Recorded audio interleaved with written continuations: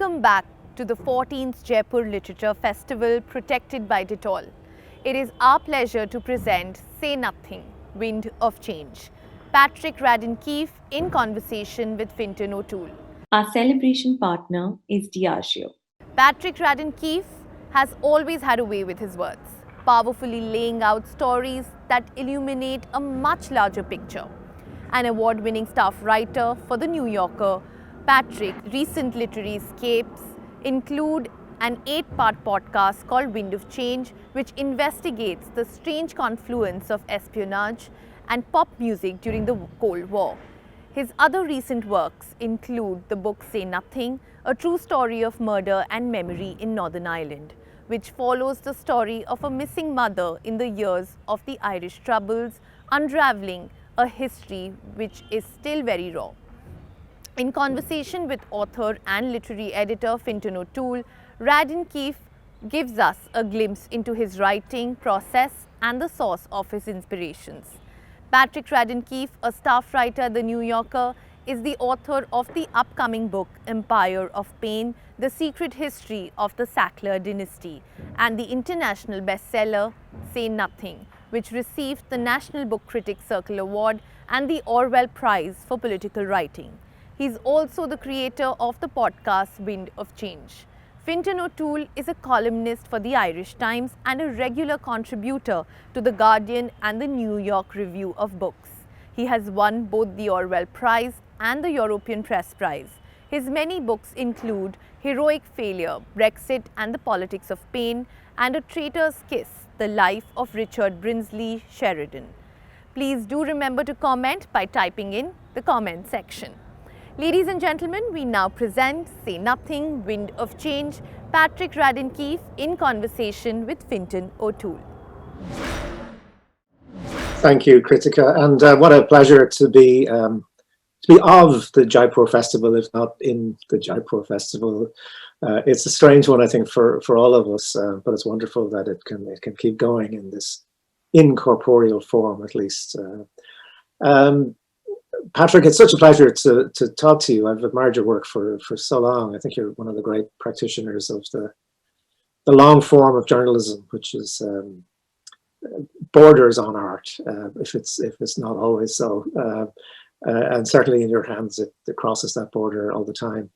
I was just thinking, Patrick, about Jaipur. You know, since we're not unfortunately physically there, having fun.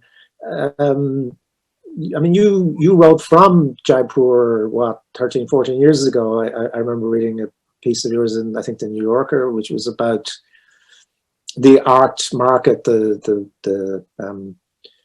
way in which Indian antiquities were being sold on the international market. I remember an absolutely fascinating piece. But what brought you to Jaipur in the first place? Oh, wow, what a great question. I should say thank you, Kritika, and thank you to the festival, and thank you so much, Finton, for doing this. Likewise, I've been reading you forever, and with great admiration. So it's a pity we couldn't meet in person, but I suppose in these times, this is the best substitute we can come up with. So that was I think that was the second piece I wrote for the New Yorker. I was it was early days for me, and I was still trying to figure out the kind of journalism I wanted to do. And I heard about this guy, Radenkief, who was based in Jaipur and was an antiquities dealer. But under Indian law, there are restrictions on any very old antiquities, and particularly religious antiquities, leaving the country. And so it emerged that there had been this guy who was essentially smuggling religious artifacts out of the country to the international market, where they would sell to collectors and to dealers, and often end up in museums, including the Metropolitan Museum in New York, where I live. And so that to me seemed really intriguing. And I went to Jaipur and spent, I think probably about 3 weeks following the investigation of this guy, Radenkief, and really fell in love with the place. Well, it's a great piece, and it sort of set down something which struck me as maybe, if not always, a sort of definite theme of your work, but it's there a lot, which is really this kind of making of connections, you know. So I suppose traditionally journalism has tended to be either, you know, the domestic correspondent or the foreign correspondent. You know, you're either writing about your home place or you're off covering international stories. One of the things that sort of strikes me so forcibly about your work is the way it sort of refuses to completely accept that distinction. You know, I mean, even in that Jaipur piece, you know, you're writing about what's going on in India, but very much connecting it to the international art market. And then, you know, you're doing Snakehead, you were writing about China, the connection there with people smuggling and all that kind of thing going on. So, and that seems to be a sort of way of writing that you forged for yourself. And I just wondered, was that something that was kind of deliberate, that you were interested both in America and in the rest of the world, and had to find a way to write simultaneously about both? You know, it's funny you should say that, because it's never occurred to me until this moment that would have been a through line. I mean, part of what I love about doing things for the New Yorker is it encourages a kind of, I mean, dilettantism may be too self-effacing a word in this case, but it's not far off, you know, that you can kind of parachute into a story, immerse yourself, and then move on to the next thing. And so I don't have a beat, I never have, and I like that eclecticism. I had never really thought about it, but you're right. There is a kind of a dynamic there. I mean, similarly, I've done a fair amount of work on the drug trade in Mexico and the drug war, and it's one of my it's a big preoccupation of mine that there's a tendency in the United States to talk about the demand side and the supply side as though they weren't very intimately connected, and so try and kind of forge those connections. I can't imagine why that would be. I mean, maybe I guess in some ways having come of age during the kind of era in which people were talking a lot about globalization in the 1990s, and gone and studied international relations at Cambridge, I suppose I did always think with that kind of an optic. But it's very perceptive. I had not until this moment ever thought about that commonality running through some of the work. Well, it just seems to me to be crucial, you know, because as you say, you mentioned in terms of the drug trade, you know, or things like immigration, you know, all of these narratives get framed very politically, and usually the more powerful country is framing them as threats to itself from the outside, which has nothing to do with us. You know, it's these horrible people out there who are undermining us in some way.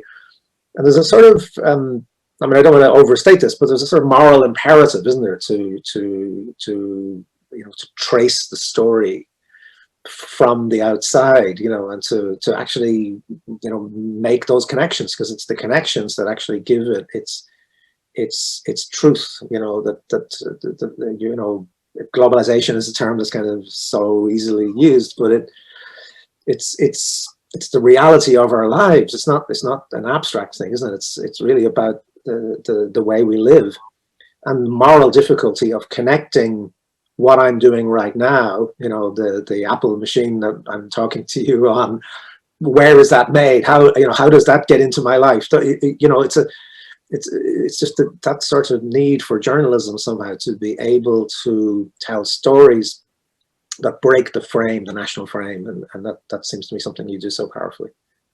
Oh, I completely agree. I mean, I feel as though I do think there's a moral imperative, and I think that I think this would be true for anyone.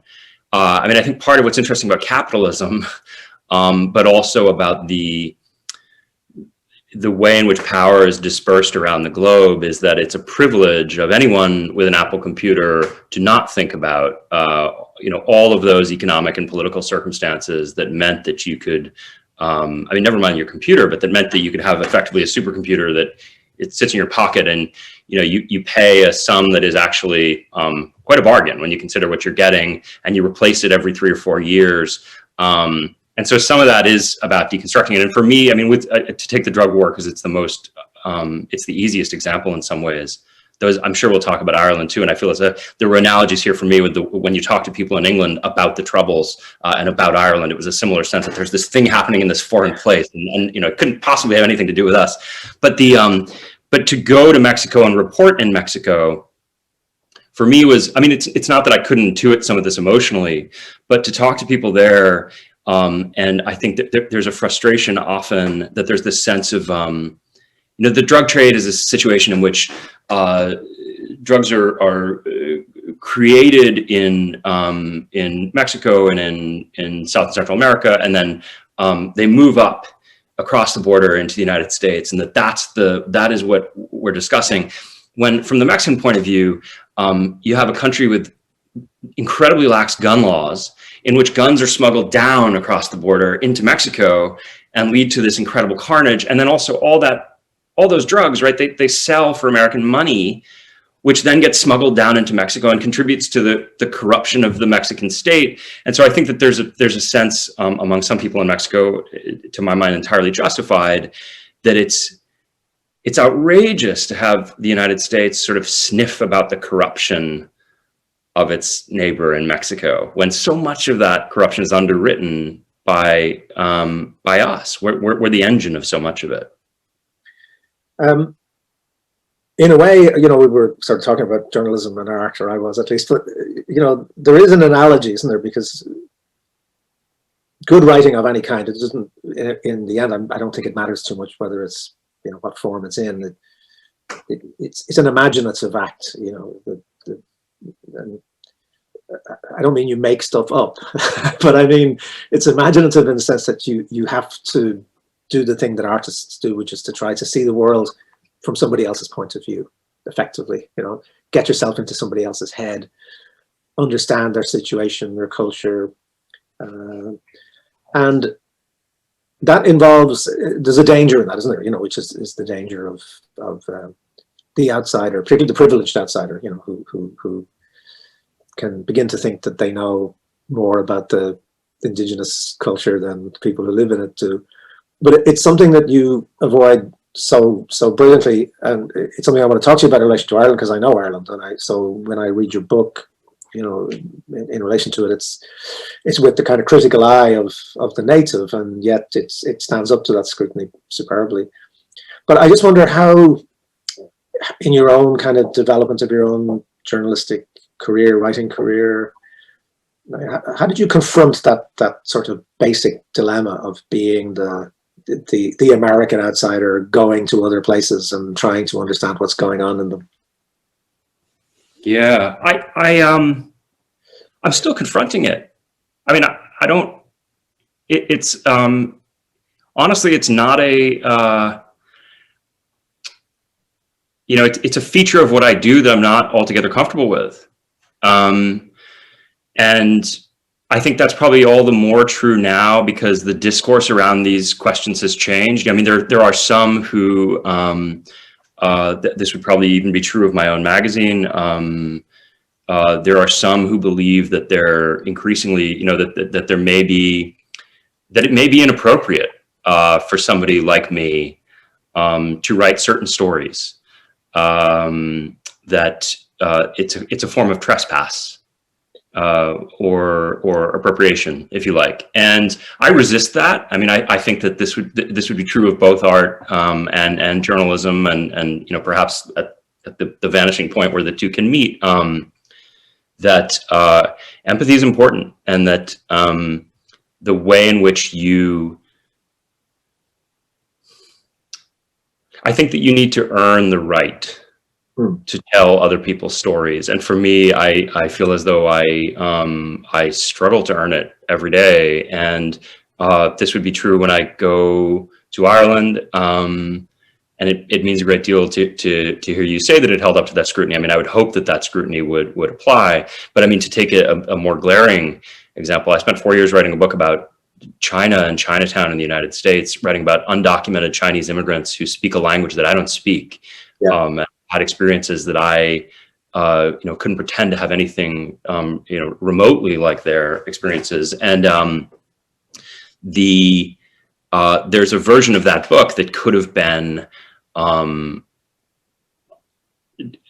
sort of facile and exploitative. And I knew, even when I was working on that book at this point, 15 years ago, when I got started, that it was very important to me that I mean, it was ironic too, because the people I was writing about in most cases didn't read English, and the book wasn't translated into Chinese, and they didn't have a lot of leisure time to read anyway.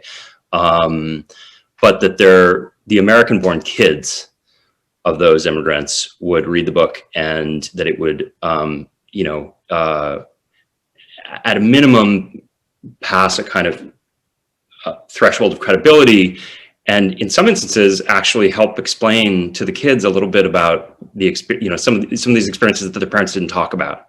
And so that was the case with the Snakehead.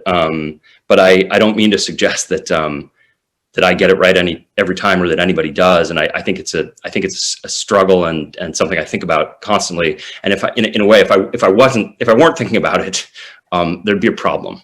Yeah, I strongly agree with that. I mean, I think it's the people who are agonized about it who will do it best. You know, I think the unquestioned assumptions is where the really huge dangers lie. Can I just go back to your own upbringing and formative influences? When I see Dorchester, Massachusetts, which I think is where you grew up, I think, you know, extrusion of Ireland. You know, it's I don't think I've been in the place, but I know about it. I feel I know about it somehow, because it's just sort of it certainly was very much an Irish exile diaspora community. Was it still like that when you were growing up there? It was. I mean, it's Dorchester's a fascinating place, and it was a wonderful place to grow up. It's the biggest neighborhood in Boston, and it's very, very diverse. But it has that. I mean, I want to say peculiarly Bostonian. Of course, this is not unique to Boston, but I think of it as very, very characteristic of Boston, where it was a very, very diverse area. But if you think about the kind of grain of the diversity, you would have these little neighborhoods that weren't diverse at all. It's just that they were all kind of cheek by jowl. There was and is a very strong Irish expatriate community of people from Ireland who've come over for one reason or another, but also of Irish Americans who, you know, in many instances, their families have been in the States as long as mine has, which is to say, you know, over a century. But still feel very, very emotionally tied. So, you know, down the street from my house was the Erie pub. We pronounce it Erie rather than Ire, but the Erie pub, and Green Hills Bakery and so forth. And so it's a little strange, right? Because I think there's a kind of there's a sense of like cultural solidarity with Ireland, and a sense that this is Ireland, and people would say, I'm Irish. In a way that I as I grew older, I became a bit skeptical of, and we could certainly talk about that. But yes, it was a fascinating place to grow up. I loved it. Yeah, I mean, one of the things that you know, God forbid we enter into Irish exceptionalism, and actually, what I'm interested in my own writing about Ireland has always been the sort of the way in which, in fact, Ireland is it's most interesting because it's not exceptional in a way, because it's often like a part of the human experience outside of America and Europe, you know, in a way. So it's both this kind of white privileged European culture, but also because of mass migration, for example. You know, there's a different way of thinking about migration. Doesn't necessarily translate into the next generation of migrants, as we know, but in the culture, there's still a sense that actually those people are kind of us as well. But also terrorism, you know, which we maybe come out to talk about, because, you know, one of the things that I'm a lot older than you, and so I remember the entirely romantic Irish American view of the IRA in relation to the troubles in Northern Ireland and their use of terroristic violence, but basically, and Irish Americans were very, very reluctant to use that word, you know, or to associate in any way with that. And then you had 9/11, you know, and suddenly, oh, actually, you know, is bombing people okay, or is it not okay? You know, Ireland is a sort of anomalous place, which is, you know, supposed to be part of the settled white European world, but in many ways isn't, and therefore raises all these questions about, you know, when is somebody a terrorist and when are they not? Is it just somebody who's of a different skin color, a different religion to us, or can that include us as well? And I wonder, you know, I mean, coming on obviously to talk about Say Nothing, was that part of the reason for approaching the subject, you know, really to sort of look at this phenomenon, you know, in a place, in a way where it's not supposed to be, you know, what Western Europe is not quite supposed to be like that, but is, or is, what are completely different considerations? Yeah, I mean, so a couple of thoughts. I completely agree with you about that dissonance and how uncomfortably it sat along, you know, in the kind of post 9/11 context. There's a scene that I didn't put in the book, but I thought about a lot, and really just feels. I mean, it feels like the sort of thing you could explore. It feels like something out of a novel. But on September 11th, a series of the people who I wrote about in my book all got together at the home of one of these figures to watch the footage on television as everybody else did around the world. And I was so intrigued by what it was like for a bunch of these ex-provosts to sit around, you know, watching the World Trade Center fall, and the kind of range of responses where some would see it as and I know this, you know, that there were some people who were there that day who could only admire the tactical sophistication on display, and then others who sort of thought that bears no relation to what we did. This isn't there's a category difference here. And so it's a sort of interesting idea of, like, you know, do we exist on a political continuum, you know, of which this is like one logical extreme that's miles away from where we are, but it bears some relation to what we do. And then another perception which says you cannot talk about these two things in the same sentence. They exist entirely discretely of one another. Having said that, that wasn't really what brought me into it. Though I was thinking a lot. You have to remember, I was writing the book in 2016, 2017, 2018. And so one thing I thought a lot about was, well, there were two things I thought about that were kind of closer to home, if you like, in terms of examples to think about.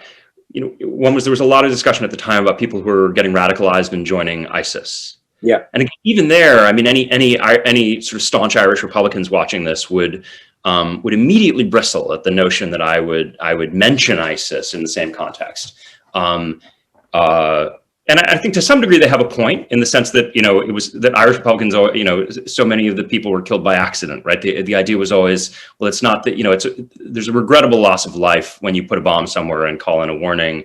The whole point wasn't to kill civilians in the way it is with ISIS. It's a tough distinction to parse, but especially when you do it repeatedly. You know, if you put a bomb somewhere and there's a horrible accident and 15 people are killed, you do that once, it's pretty terrible. But if you do it again and again and again, you know, it begins to wear the thin, doesn't it? The idea that, well, we didn't really intend to do this. So anyway. No, I quite agree. But so I was thinking a lot about radicalism and youth. And just the fact that a lot of the time these people are 18, 19, 20 years old. And so part of what was intriguing to me about getting into Say Nothing was that it was a story about people in their youth, and then you revisit them later. And so you can see this, you know, they're not martyred. So they wake up the next morning with the hangover of it all and having to kind of put the pieces together. And they happened, I think, to have been, a few of these people, to have been extremely articulate and emotionally insightful about their own dilemmas about this stuff, which for a writer was a gift. The other big thing I thought about a lot was people of my generation who went off to Iraq and Afghanistan and experienced tremendous trauma in those countries, and went off believing that they were doing the things they were doing in service of a particular political agenda. And then over time, I think, you know, when they came back, had to reckon both with the PTSD occasioned by those experiences, but then also with the idea that, you know, we're still in Iraq, we're still in Afghanistan, you know, there were no WMDs. Osama bin Laden is long since dead. And so it's that kind of questioning of what were those things that I did and what were they in aid of, if we now find that the conflict continues to go on with no end in sight. And in a way, the dilemma you explore in your book is I completely understand the analogy with Iraq or Afghanistan or wherever, but it's also fundamentally different in one way, in that it sort of reverses that, so it's not that this war just kept going on and on and on and nobody could figure out in the end what it was about. It was that actually there was a completely different definition of the conflict. So the conflict was intellectually sort of pretty much solved by the mid-1990s. That even most of the people who were doing the killing had accepted this doesn't work anymore. We've got to find some other way of doing this thing. And most of them, and a lot of the participants in your book are, well, so some of them are on one side of that and some of them are on the other side, but the mainstream of them went into politics and went into democratic politics and kind of accepted that actually the only legitimate way to pursue your political goals is through democratic politics. So they've actually come out with a different meaning, and therefore the recoil of that back onto what they did is absolutely fascinating, isn't it? I mean, it's sort of an idea of you can't get your head around on the one side just saying it was all for nothing, it was all terrible, because the investment, the emotional, personal investments in the thing is just so large that it's almost impossible to do that. But on the other side, you can't justify it either, really, because to justify it would be to say, well, actually, anybody else who wants to do the same thing right now is perfectly okay to do it, even though we're saying that, no, you can't do that. That's not the way to pursue politics. So one of the things that's absolutely riveting in the book is the sort of just that psychological divide, really, of the impossibility of people really finding a meaning for what happened. I think that's right, and I think that for those who end up in a situation in which the peace comes, and logically they know that peace has to come. Like logically they know that they can't. You're never going to fight the British into the sea. It's not going to happen. It was a fantasy to think that it could have been, a possibility. But emotionally, this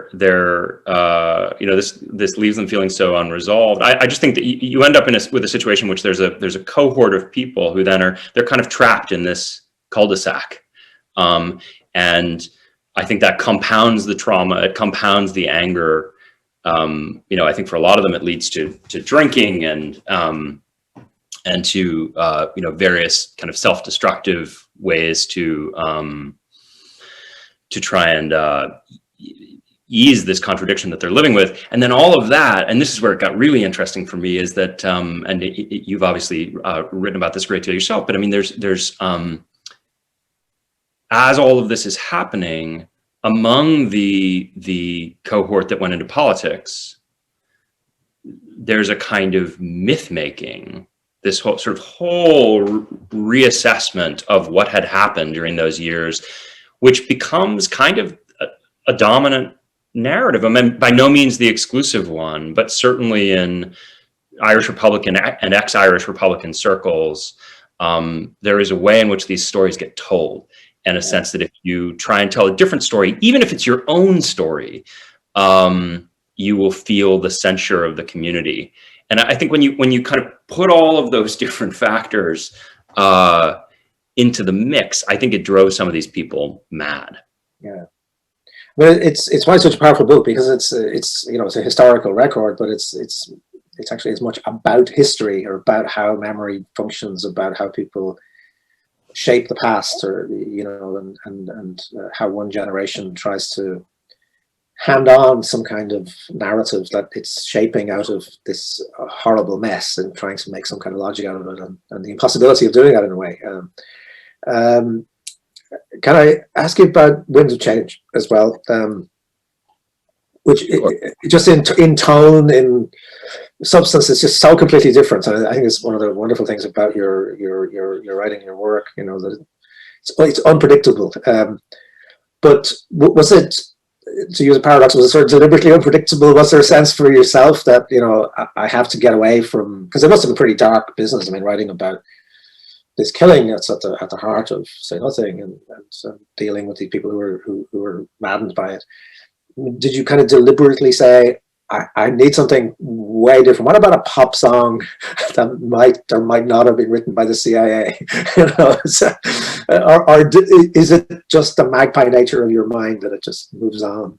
No, I mean, I think on some level it was. I mean, there is a story that is it would be.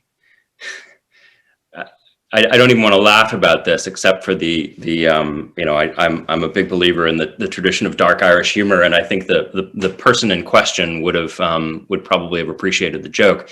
But when I got done with the bulk of the work on Say Nothing, I knew that I needed some kind of I needed to do something a little lighter, just for my own sanity, and so in talking with my bosses at the New Yorker, they said, well, what would be really fun? What would you like to do? And I said, I'd like to do a big profile of Anthony Bourdain, who I think is fun. And wouldn't it be fun? Wouldn't it be a lark to hang out with him, and travel with him and so forth? And so, I did, and he killed himself, in the end, not when it was after I had done the piece, but, we developed a friendship and stayed in touch, and there was I had no sense. I knew he had some darkness in his life, certainly, but it was a strange thing, even with that piece, where the whole idea there was I was supposed to be traveling around with him, just eating crazy food and living it up.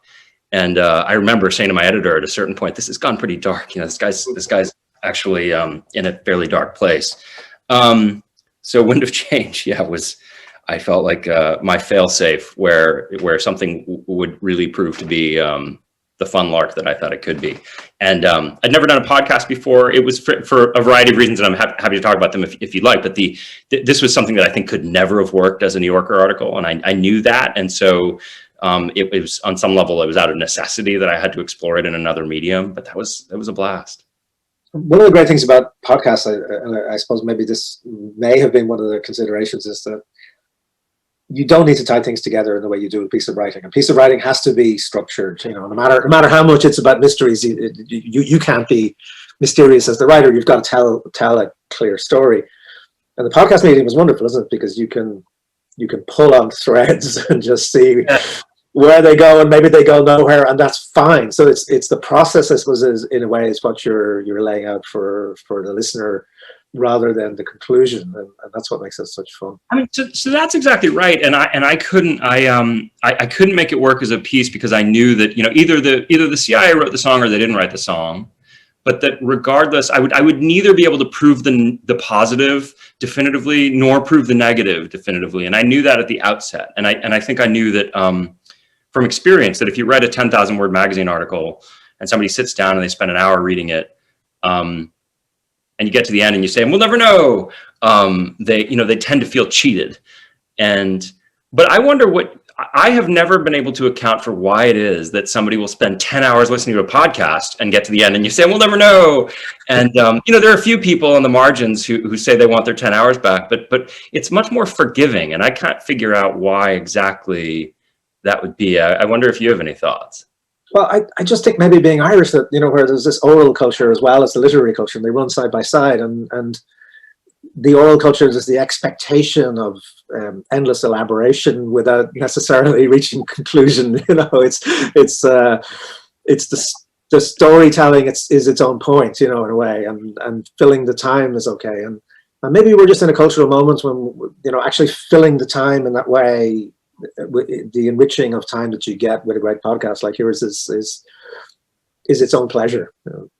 Well, I do think that we hit a lucky. The podcast came out in it was April or May, and you couldn't ask for a better time to release something kind of bingeable in a digital format, but also something that was so escapist, where we had spent by the standards of podcasting, we'd had a big budget. We did a lot of travel and went all over the place. And there was a desire to make it feel like a, not tonally, of course, but to make it feel like a James Bond movie or something, where you're, the curtain rises and we're in Kyiv. And then the next episode where in LA or whatever it is. And I think in terms of the way people digested the podcast, it was helpful that everybody was stuck inside, bored to tears, looking for any kind of diversion and unable to travel. I think we have to finish up pretty sharpish, but I just wanted to mention the fact that you're kind of coming back to the Sackler family, to the opioid crisis in the States, and is there a sense in which you sort of bring some of what you've brought to these wider international stories, that there's sort of an American interior that's almost as foreign in a way, which of course emerged so strongly with Trump, but which also needs its own exploration?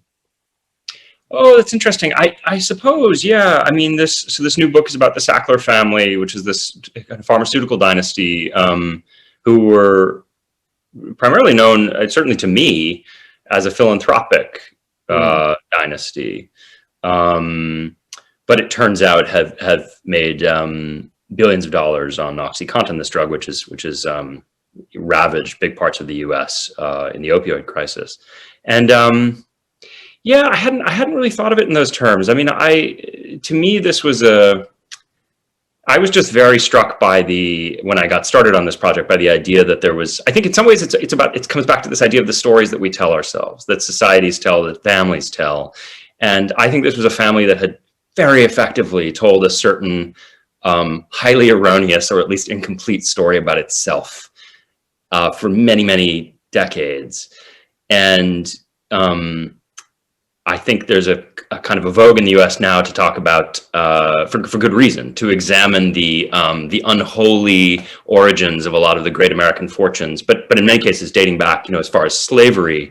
Part of what was interesting for me is that in this case, the crime was ongoing, and that seemed like something worth exploring. But it's you're right. It has had me very much focused on the States in a way that I haven't been for a while.